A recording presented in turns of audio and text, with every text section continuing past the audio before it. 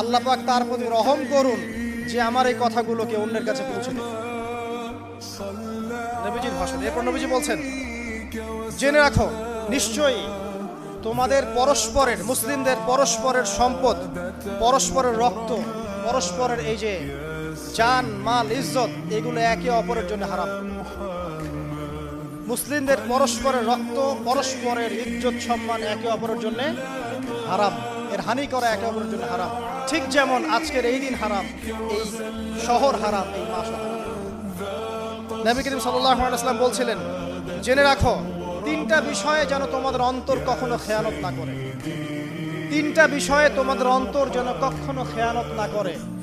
এক, তোমরা যে কাজটাই করবা শুধু আল্লাহ পাকের সন্তুষ্টির জন্য করবে। তোমরা যে কাজই করবে শুধু আল্লাহর সন্তুষ্টির জন্য করবে। তোমাদের শাসক বর্গের কল্যাণ কামনা করবে। তোমাদের শাসক বর্গের কল্যাণ কামনা করবে। 3 নাম্বার, মুসলিমদের জামাতকে আঁকড়ে ধরে রাখবে। মুসলিমদের ইউনাইটেড কমিউনিটিকে আঁকড়ে ধরে থাকবে। এই তিনটা বিষয় পালনের ক্ষেত্রে তোমাদের অন্তর যেন খেয়ানত না করে।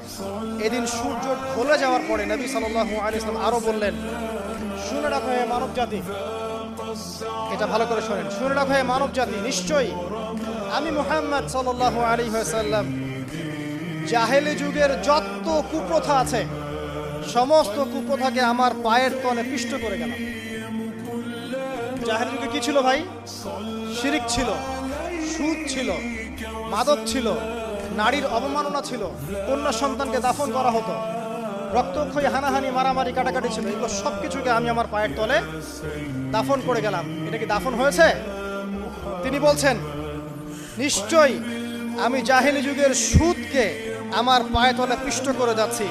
সর্বপ্রথম যার সুদ আমি পিষ্ট করছি তিনি হচ্ছেন আব্বাস ইবনে আব্দুল মুত্তালিব, আমার চাচার সুদ।